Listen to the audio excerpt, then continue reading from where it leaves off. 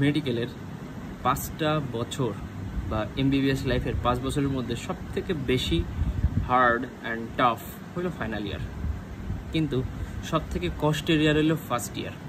কেন জানেন?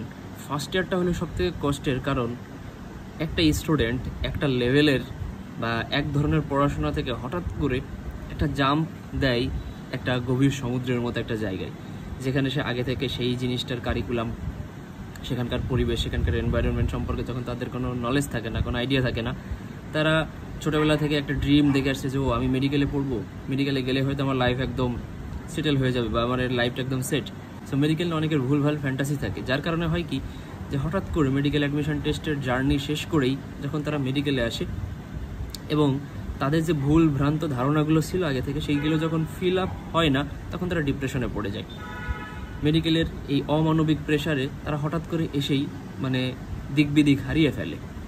তারা মনে করতো যে মেডিকেল একরকম স্বপ্নের একটা জায়গা, কিন্তু হঠাৎ করে মেডিকেলে আসার পরে যখন এখানকার হার্ড রিয়েলিটিটা ফেস করা শুরু করে, তখন তারা খুব সহজে আপসেটও হয়ে যায় এবং তখন অনেকেই ভাবতে থাকে যে এখানে 5 বছর আমরা কীভাবে সার্ভাইভ করব।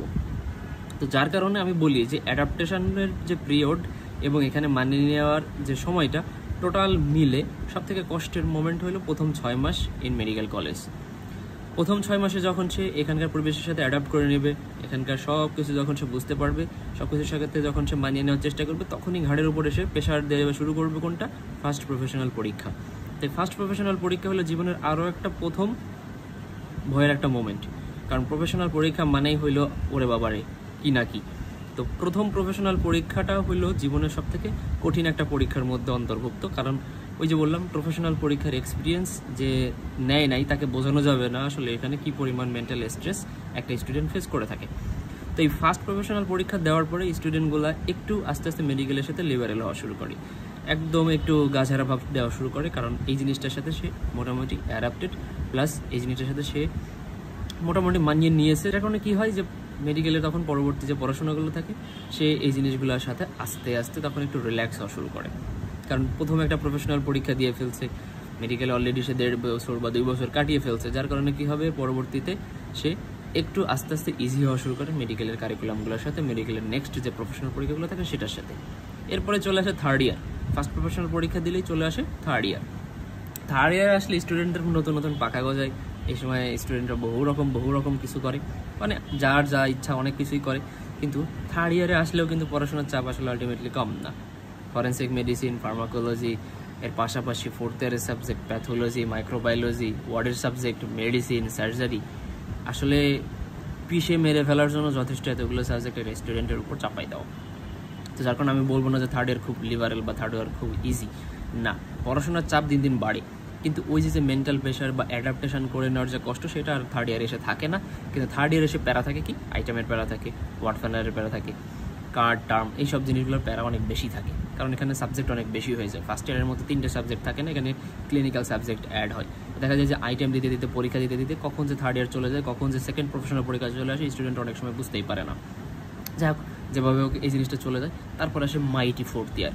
ফোর্থ ইয়ারে যে 3টা সাবজেক্ট, বাপরে বাপ, বড় বড় 3টা সাবজেক্ট, প্যাথোলজি, মাইক্রোবায়োলজি এবং নতুন করে আসছে কমিউনিটি মেডিসিন।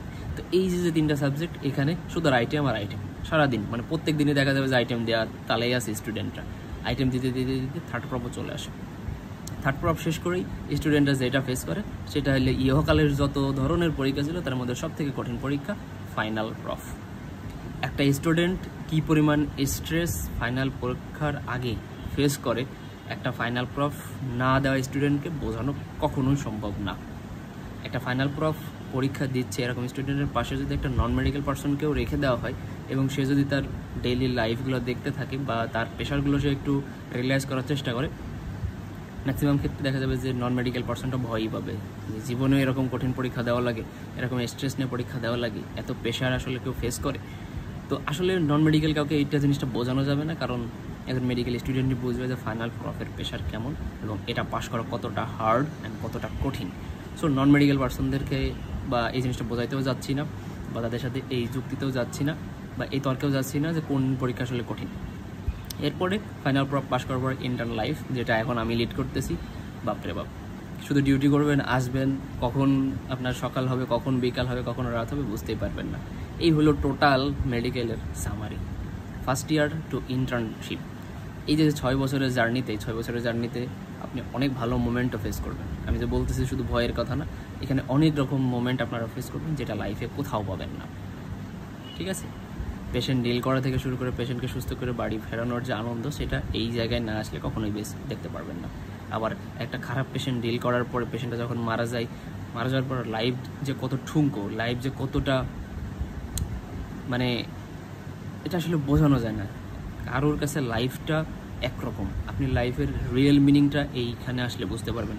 হাসপাতালে আসলে আপনি একটা মানুষের সাফারিং, একটা মানুষের কষ্ট এবং মানুষের বন্ডিং দেখলে অবাক হয়ে যাবেন যে এরকম কি মানুষ হয়, মানুষের লাইফটা কি এতই ভ্যালুলেস।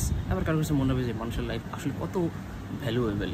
তো এখানে 2 রকম এক্সপিরিয়েন্সই আপনি পাবেন, ভালোটাও পাবেন, খারাপটাও পাবেন, কিন্তু যেটা সব থেকে বেশি পাবেন সেটা হইল কাছ থেকে দেখার সুযোগ পাবেন অ্যাকচুয়ালি মানুষের লাইফ কেমন।